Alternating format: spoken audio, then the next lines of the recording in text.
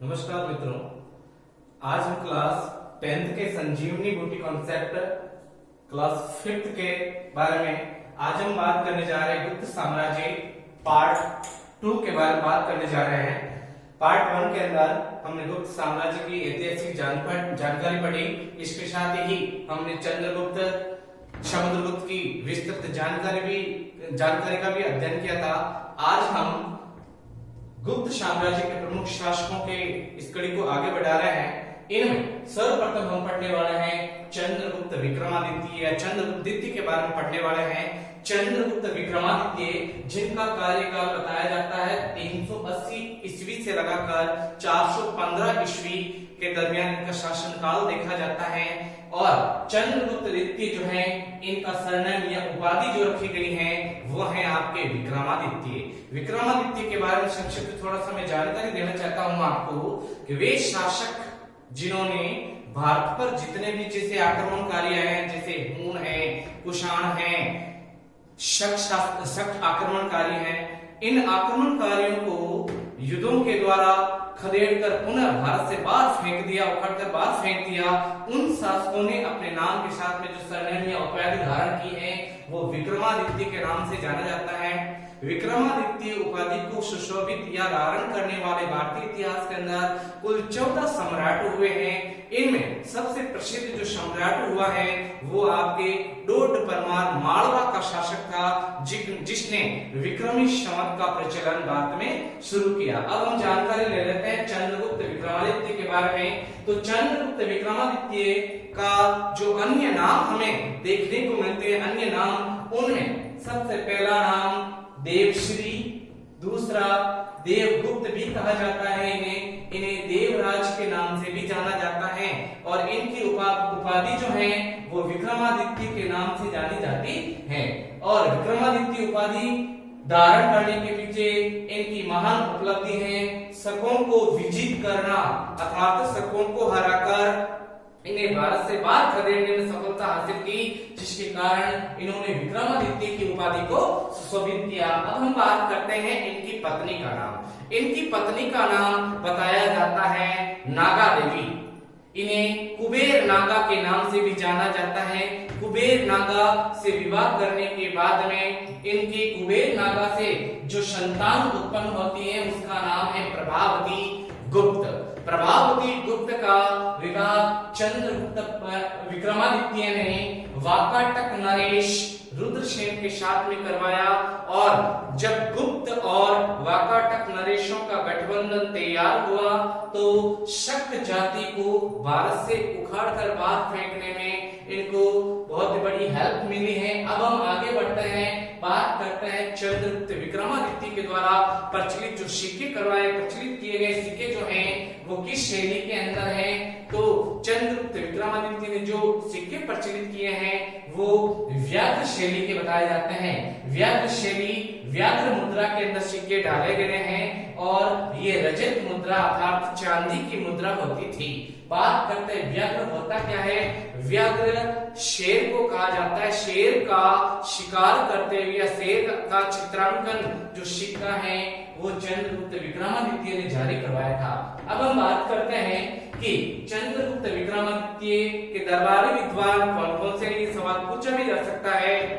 तो मैंने पहले भी बताया था और एक बार बता देता हूं कि चंद्रगुप्त विक्रमादित्य जो शासक हुआ उनके उत्कृष्ट और जो कवि या विद्वान बताए जाते हैं उनमें रससिद्ध कवीश्वर कालिदास और अमर सिंह का नाम सबसे पहले लिखा जाता है। कालिदास की डिटेल मैंने आपको पार्ट 1 के अंदर समझा दी थी। अब हम बात करते हैं कि चंद्रगुप्त विक्रमादित्य के शासन काल में कौन सा विदेशी यात्री भारत आया था। भारतीय इतिहास के अंदर एक कॉन्सेप्ट है यात्रियों के नजरिए से भारत। समय समय पर भारत में अनेक यात्री आए और जो कुछ भी इन्होंने भारत में देखा है उनका विवरण या वर्णन अपनी यात्रा वृत्तांतों के अंदर किया। जैसा कि स्वाभाविक है कि चंद्रगुप्त विक्रमादित्य के शासन काल में जो विदेशी यात्री आया उसे फहियान के नाम से जाना जाता है। फहियान ने जो पुस्तक लिखी फोर्टकोटी, इसके अंदर गुप्त साम्राज्य की डिटेल भी पढ़ने को मिलती है। बड़े पैमाने पर जो सबसे से स्पष्ट डिटेल मिलती है वह मुद्रा का मिलता है कि गुप्त काल में व्यापार और आपसी लेन देन के लिए जो खरीदारी होती थी वो कोड़ियों के जरिए होती थी, ये बताने वाला था फहियान। फहियान के अलावा भारतीय इतिहास के अंदर ये चीज भी देखने को मिलती है, चीन से कौन कौन से यात्री आए, किस समय पर आए हैं, तो गुप्त काल के अंदर फहियान और इसिंग नाम के चीनी यात्री भारत आए।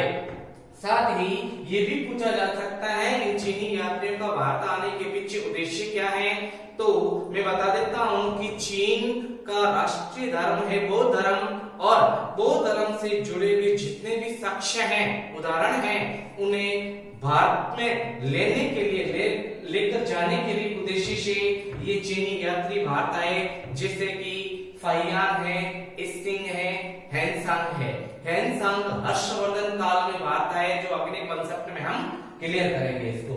आगे बढ़ते हैं, प्रमुख शासकों में चंद्रगुप्त विक्रमादित्य के बाद में जो अगला शासक आता है उसका नाम है कुमारगुप्त महेंद्र द्वितीय। इनका शासनकाल देखने को मिलता है 415 ईस्वी से लगाकर 455 ईस्वी तक इन्होंने शासन किया। इनकी डिटेल हमें किस अभिलेख के अंदर पढ़ने को मिलती है, तो नाम आता है मंदसौर अभिलेख, जो मध्य प्रदेश में पड़ता है, और ये लिखा गया 473 ईस्वी में, जिसमें हमें सर्वाधिक डिटेल कुमारगुप्त महेंद्रादित्य के नाम से जो शासक हुआ है गुप्त साम्राज्य का, उसकी डिटेल हमें पढ़ने को मिलती है। अब हम बात करते हैं कि कुमारगुप्त की उपाधियों के बारे में। तो कुमारगुप्त ने जो उपाधियां अंगीकृत की हैं उनमें महेंद्रादित्य, अश्व महेंद्र, श्री महेंद्र और शुक्रादित्य नाम की उपाधियां कुमारगुप्त महेंद्रादित्य ने सुशोभित की। अब हम बात करते हैं इनके नाम विशिष्ट उपलब्धि की। तो कुमारगुप्त महेंद्रादित्य ने भारतीय पूर्वांचल अर्थात बिहार के अंदर विश्व प्रसिद्ध जो विश्वविद्यालय का स्थापना किया, जिसे नालंदा विश्वविद्यालय के नाम से जाना जाता है। नालंदा विश्वविद्यालय की नींव रखने वाला कुमारगुप्त था। अब हम बात कर लेते हैं नालंदा विश्वविद्यालय के बारे में। तो नालंदा विश्वविद्यालय ये राजगृह बिहार के अंदर पड़ता था। ये जो विश्वविद्यालय है इसमें 10,000 से अधिक शिक्षार्थी थे, विद्यार्थी थे, जो अनेक देशों से भारत में पढ़ने के उद्देश्य से आए थे। बताया जाता है इसमें 1500 से अधिक शिक्षक गण हुआ करते थे। ये जो राजगृह स्थित नालंदा विश्वविद्यालय था, नालंदा विश्वविद्यालय 30 स्टेप अर्थात 3 बिल्डिंग में बना हुआ था। इसका जो पुस्तकालय है वो सबसे बड़ा पुस्तकालय बताया जाता है प्राचीन काल का, और इसके पुस्तकालय के अंदर बताई जाती हैं 1 लाख पुस्तकें जो लिखी गई थी ताड़ के पत्तों के ऊपर। नालंदा विश्वविद्यालय जो है यहाँ पर योग शिक्षा, गणित, दर्शन शास्त्र, जादू टोना आदि के बारे में जानकारी दी जाती थी। अगर पूछ लिया जाए कि नालंदा विश्वविद्यालय को और किस नाम से जाना जाता है, तो बौद्ध धर्म के महायान शाखा का इसे ऑक्सफोर्ड भी कहा जाता है। 12वीं सदी के अंदर आक्रांता बख्तियार खिलजी ने इसके ऊपर अटैक करके इसे भग्न अवशेष में तब्दील कर दिया था। नालंदा विश्वविद्यालय जो है इसे 200 गांवों से डोनेशन प्राप्त होता था इसकी कार्य संचालित के लिए। अब हम बात करते हैं कुमारगुप्त के द्वारा प्रचलित जो सिक्के करवाए गए हैं उनके बारे में। तो कुमारगुप्त ने जो सिक्के प्रचलित करवाए हैं उनमें जो मार्क मुद्रा अर्थात इसके ऊपर जो चित्र अंकित था वह मयूर आकृति, मयूर यानी मोर की आकृति का चिन्ह इनके ऊपर उत्कृष्ट करवाया गया था। अब हम बात करते हैं इसके शासन काल में ये मुद्रा कैसी थी। तो महेंद्रादित्य के शासन काल के अंदर ये मुद्रा रजत यानी चांदी की बताई जाती है। अब हम बात करते हैं आगे। तो कुमारगुप्त महेंद्रादित्य के बाद में गुप्त सम्राट कौन हुए, तो उनका नाम आता है स्कंदगुप्त। स्कंदगुप्त जो है शासक हुए। इनके शासन काल में उत्तर भारत से कई बार हुनों का खतरनाक आक्रमण हुआ, जिसे असफल करने में इन्होंने सफलता प्राप्त की थी, उनका डटकर विरोध किया था।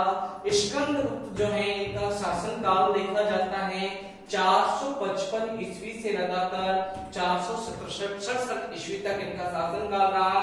इनकी उपाधि बताई जाती है विक्रमादित्य। तो हूण जाति को परास्त करके उसे आउट ऑफ इंडिया खदेड़ने में जो सफलता प्राप्त की है स्कंदगुप्त ने, तो हूणों को परास्त करने के बाद में इन्होंने विक्रमादित्य की उपाधि धारण की। बात करते हैं स्कंदगुप्त के नाम विशिष्ट उपलब्धि की, तो स्कंदगुप्त ने सौराष्ट्र का प्रांत गुजरात के अंदर मौर्य काल में निर्मित एक झील जिसे सुदर्शन झील कहा जाता है, इसका पुनर्निर्माण स्कंदगुप्त के द्वारा करवाया गया था। स्कंदगुप्त ने अपनी राजधानी बनाया था अयोध्या को अपनी राजधानी बनाया। साथ ही स्वर्ण मुद्राएं जारी की जिनका वजन 146 ग्राम होता था। अगर सवाल पूछ लिया जाए कि गुप्त काल में सर्वाधिक मिलावटी सिक्के किनके शासन काल में जारी हुए, तो नाम आता है स्कंदगुप्त। अब हम बात कर लेते हैं गुप्त वंश के अन्य शासक और अंतिम शासक की। तो गुप्त वंश के अन्य प्रभावहीन शासक जो हुए हैं उनमें स्कंदगुप्त के बाद में पुरुगुप्त, नरसिंहगुप्त, कुमारगुप्त द्वितीय, बुधगुप्त, बालादित्य और भानुगुप्त अंतिम शासक बताया जाता है गुप्त काल का। भानुगुप्त के काल की एक विशिष्ट ऐतिहासिक उपलब्धि यह है कि भारत के अंदर सर्वप्रथम जो सती प्रथा का प्रमाण मिलता है वो भानुगुप्त के शासन काल में ही मिलता है, जिसकी डिटेल हमें एरन अभिलेख के अंदर पढ़ने को मिलती है। एरन अभिलेख का जो समय बताया जाता है, कई किताबें 512 बताती है, कई किताबें आपके 510 बताती है। सर्वाधिक जो हमें ध्यान रखना, यही बात का रखना है कि 510 आपके एनसीईआरटी की बुक के अंदर बताया जाता है। सती प्रथा का वर्णन सर्वप्रथम इस अभिलेख में किया गया और भानुगुप्त का एक सेनापति हुआ जिसका नाम था भोजराज। भोजराज की मृत्यु उपरांत इसकी पत्नी ने इनके शव के साथ में सतीत्व व्रत को धारण किया। अगर बात पूछ ली जाए कि सती प्रथा जैसे जघन्य अपराध का सर्वप्रथम किस यूरोपियन इतिहासकार ने इसका वर्णन अपने ग्रंथ में किया, तो उसके अंदर नाम आता है फ्रांसवा बर्नियर। फ्रांसवा बर्नियर ने सती प्रथा जैसे जघन्य अपराध का वर्णन अपनी पुस्तक के अंदर किया जिसका नाम है travel in the Mughal emperor. अब हम बात कर लेते हैं कि गुप्त साम्राज्य की विशिष्ट उपलब्धियों में से एक विज्ञान प्रौद्योगिकी के क्षेत्र में गुप्त काल के कौन कौन से विद्वानों ने गुप्त काल के अंदर विभिन्न प्रकार की उपलब्धियां हासिल की, तो इनमें सर्वप्रथम नाम आता है आर्यभट्ट का। आर्यभट्ट का जन्म 5वीं सदी कुसुमपुर स्थित पाटलिपुत्र में इनका जन्म हुआ था। आर्यभट्ट ने आर्यभट्टियम सिद्धांत प्रतिपादित किया। साथ ही इन्होंने जो प्रसिद्ध ग्रंथ लिखा है उसका नाम है आपके आर्यभट्टियम। आर्यभट्टियम के 4 भाग देखने को मिलते हैं। नंबर 1 10 गीतिका पाद, नंबर 2 गणित पाद, नंबर 3 काल क्रिया पाद और नंबर 4 गोला पाद। अगर पूछा जाए कि किस क्षेत्र में महारता हासिल की थी आर्यभट्ट ने, तो आर्यभट्ट प्रसिद्ध गणितज्ञ और ज्योतिषाचार्य थे। आर्यभट्ट ने ही सर्वप्रथम पृथ्वी की परिधि का मानक मान दिया। इसके साथ में इन्होंने जीरो का मान भी बताया, साथ में पाई का मान भी बताया। सूर्य ग्रहण और चंद्र ग्रहण की वैज्ञानिक व्याख्या करने वाले सबसे पहले जो प्रमुख विद्वान हुए वो आर्यभट्ट कहलाते हैं। आर्यभट्ट के बाद में आगे बढ़ते हैं। अगला नाम आता है वराहमिहि। वरामीर ने भारतीय यूनानियों के साथ में मिश्रण करके रोमक और पॉलिश का सिद्धांत प्रतिपादित किया। इनके ग्रंथ का नाम पंच सिद्धांतिका, लघु जातक, व्रत जातक और व्रत संहिता इनके प्रसिद्ध पुस्तक रहे हैं।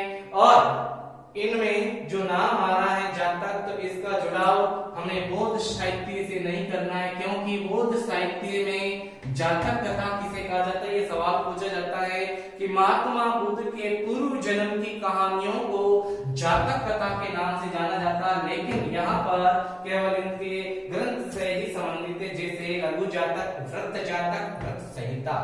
तो वरामीर के नाम विशिष्ट उपलब्धि जो है, इन्होंने घनमूल, वर्गमूल और खगोल विज्ञान की जानकारी अपने ग्रंथों के माध्यम से लोगों तक पहुंचाई। उसके बाद में तीसरा जो नाम आता है इंपॉर्टेंट, उनका नाम है ब्रह्मगुप्त। ये प्रसिद्ध खगोल शास्त्री ज्योतिषाचार्य थे। इन्होंने खगोल शास्त्र पर ब्रह्मफुट सिद्धांत और गुरुत्वाकर्षण बल का सिद्धांत भी इन्होंने ही दिया था भारत के अंदर, और इन्हें भारत का न्यूटन कहा जाता है। किस नाम से जाना जाता है? भारत का न्यूटन जो है वो आपके ब्रह्मगुप्त को कहा जाता है। बात करते हैं आगे वाग्भट के प्रसिद्ध ग्रंथ का नाम बताया जाता है अष्टांग हृदय। अष्टांग हृदय प्रसिद्ध एक आयुर्वेदिक ग्रंथ था। आगे के कॉन्सेप्ट में हम आयुर्वेद का जन्म कैसे हुआ, आयुर्वेद का ज्ञान किसके द्वारा किसको दिया गया था, ये भी जानकारी बताएंगे हम आगे बढ़ते हैं। इस चैप्टर के अंदर अगले जो प्रमुख विद्वान हुए उनका नाम था धन्वंतरी। धन्वंतरी प्रसिद्ध एक आयुर्वेदाचार्य थे, साथ ही ये शल्य चिकित्सा के प्रसिद्ध जाने माने एक विद्वान हुए थे। शल्य चिकित्सा का मतलब होता है चीरफाड़। चीरफाड़ के अंदर इनका नाम बहुत ही प्रसिद्ध हुआ। चीरफाड़ की जो चिकित्सा प्रणाली है उसके अंदर, वैसे अगर भारतीय प्राचीन चिकित्सा प्रणाली का अगर जिक्र किया जाए तो इनमें सबसे पहले नाम आता है सुश्रुत संहिता का।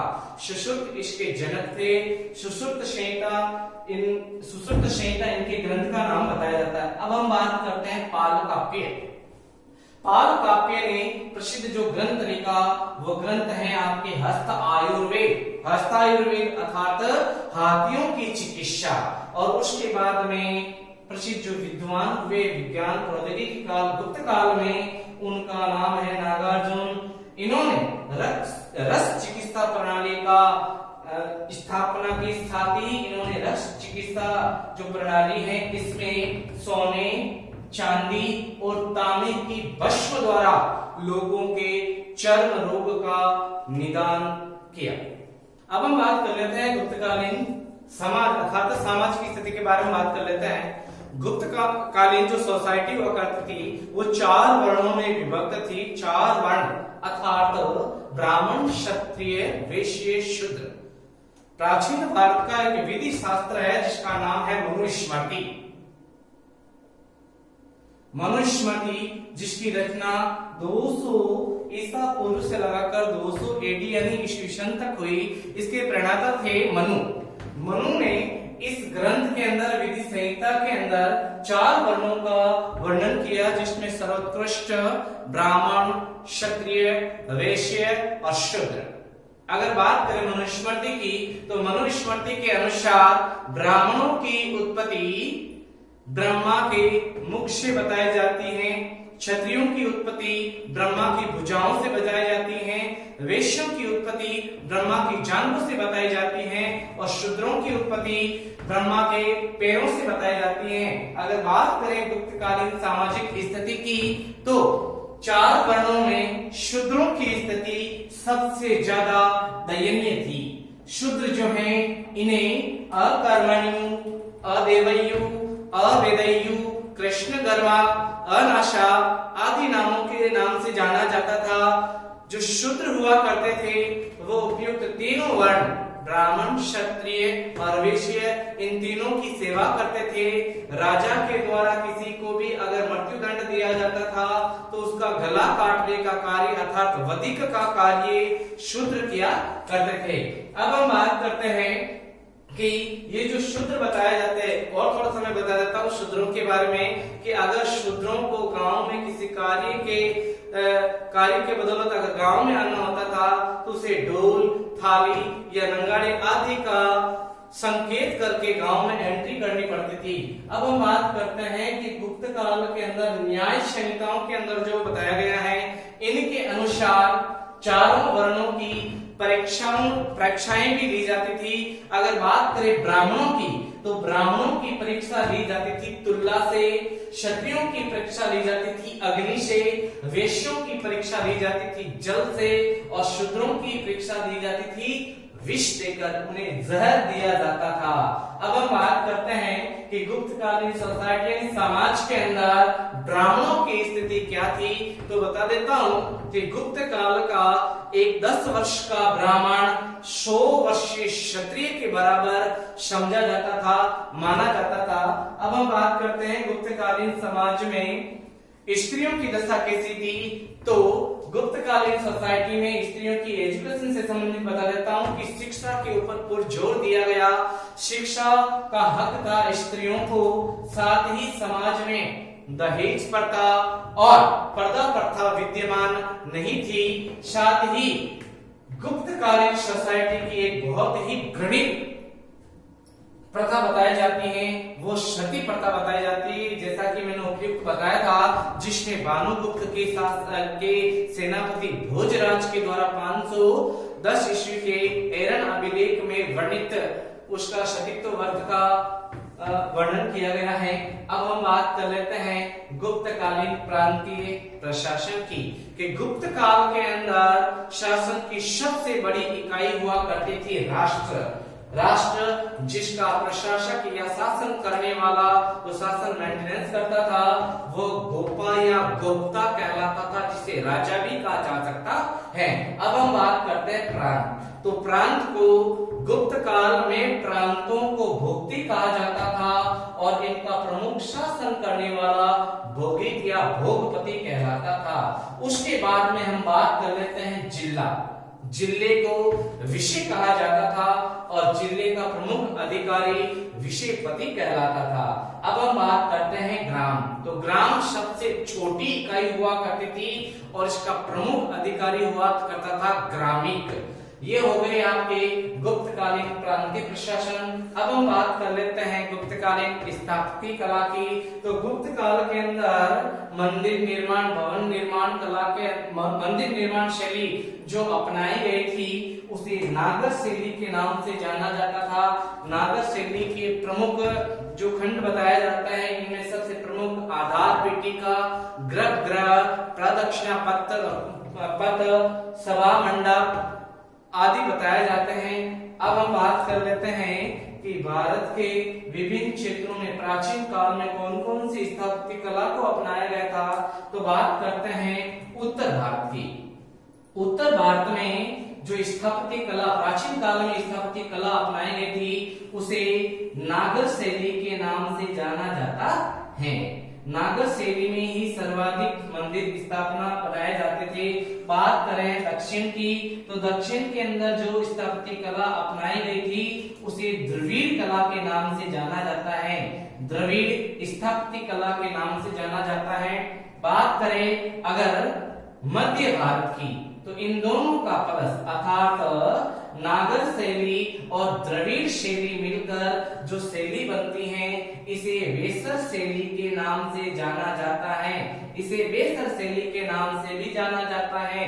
और बात करें अगर पश्चिमी भारत के अंदर जो स्थापत्य कला अपनाई गई है मंदिर निर्माण की, उसे महामारू शैली के नाम से जाना जाता है।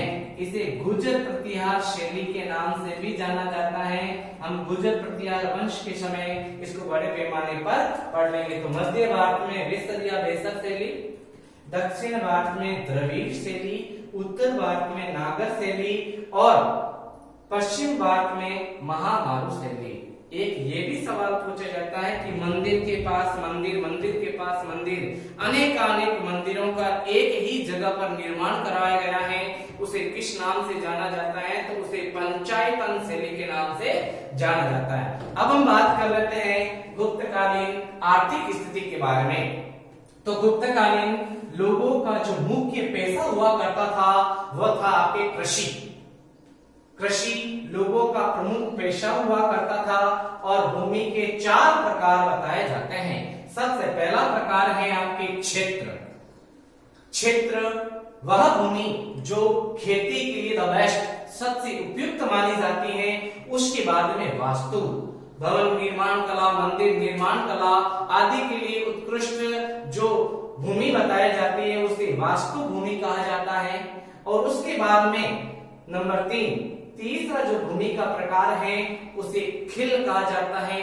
वह भूमि जो जोती न जाए उसे खिल भूमि के नाम से जाना जाता है। खिल भूमि जिसे आप बंजर भूमि भी कह सकते हो। अब हम बात करते हैं अपृहत भूमि। भूमि के प्रकारों का चौथा जो नमूना सामने आया है वो है अपृहत भूमि, जिसे जंगली भूमि के नाम से भी जाना जाता है। अगर पूछ लिया जाए कि भारतीय इतिहास के अंदर मुगल काल के अंदर भूमि का जो वर्गीकरण है, अकबरनामा में भूमि का वर्गीकरण क्या क्या था? तो भूमि अकबरनामा में 4 प्रकार की बताई जाती है, पौलज, परती, दलदली और बंजर। 4 प्रकार की बताई जाती है। उसी प्रकार मैंने गुप्त काल की भी बता दी है। और मौर्य काल जो चूंकि हम पढ़ चुके हैं पहले कंसेप्ट के अंदर, तो उसके अंदर जो कृषि या फिर मौर्यकालीन जो भूमि है उसे देवकृष्ट, अदेवकृष्ट, कृष्ट, अकृष्ट और खिल बताया जाता है। अब हम बात कर लेते हैं गुप्तकालीन प्रमुख अधिकारियों के बारे में। ये सवाल, इनमें से सवाल निकल कर आते हैं 1-1 नंबर के, थोड़ा ध्यान रखना कि गुप्त काल के प्रमुख अधिकारी अर्थात राजा अपना शासन करने के लिए जिन जिन अधिकारियों को या अध्यक्षों को मतलब स्थापित करता था, उन्हें पद देता था, वो कौन कौन से होते थे, किस नाम से जाने जाते हैं? तो सबसे पहले नाम आता है प्रतिहार। वैसे राजस्थान इतिहास या भारतीय इतिहास के अंदर प्रतिहार एक वंश का नाम भी बताया जाता है। प्रतिहार का अर्थ होता है द्वारपाल, अर्थात इसे लक्ष्मण का वंशज कहा जाता है। लक्ष्मण के वंशजों को प्रतिहार वंश के नाम से जाना जाता है। तो प्रतिहार जो प्रदेश अध्यक्ष या अधिकारी हुआ करता था, उसका जो प्रमुख कार्य था वह अंतपुर का रक्षक कहलाता था। अंतपुर का मतलब होता है राजप्रसाद अर्थात राजा का महल। अब हम बात करते हैं महाप्रतिहार। राजा के प्रमुख महल जिसमें राजा निवास करता था, उसका प्रमुख सिक्योरिटी ऑफिसर, सुरक्षा अधिकारी आपके महाप्रतिहार कहलाता था। नंबर 3 महाबलाधिकर्ता, सेना का सर्वोच्च अधिकारी जिसे सेना कमांडेंट कहा जाता है, उसे महाबलाधिकर्ता के नाम से जाना जाता है। उसके बाद में आता है महादंडनायक। न्याय विभाग का प्रमुख जो न्यायाधीश होता है उसे मुख्य न्यायाधीश या महादंड नायक के नाम से जाना जाता है, जिसे मुगल काल के अंदर काजी उल कुजात के नाम से जाना जाता है। नंबर 5 पांचवा जो प्रमुख अधिकारी है उसका नाम है महासंधि विग्रहिक, अर्थात युद्ध व शांति का प्रमुख अधिकारी या मंत्री, जिसे विदेश मंत्रालय भी सौंपा जाता था। अब हम बात करते हैं अगले प्रमुख अधिकारी के बारे में। तो अगला नंबर 6 पर जो अधिकारी का नाम आ रहा है वो है दंडपाशिक। मैंने इंपॉर्टेंट प्रमुख अधिकारियों के नाम लिखे हैं, यहाँ पर थोड़ा ध्यान रखना। दंडपाशिक का मतलब होता है पुलिस अधिकारी। जब हम वर्धन वंश पढ़ेंगे तो उसके अंदर इन पुलिस अधिकारियों को अलग से बताया जाता है, इन्हें चाट भाट कहा जाता है। सुनिए आप, दंडपाशिक का अर्थ होता है पुलिस अधिकारी। नंबर 7 सातवां जो प्रमुख अधिकारी बताया जाता है वह है आपके विनय स्थिति स्थापक के नाम से जाना जाता है। इसका प्रमुख कार्य धार्मिक मामलों का जो अधिकारी धर्म के मामलों के अंदर जो अपना कार्य करता है उसे विनय स्थिति स्थापक के नाम से जाना जाता है।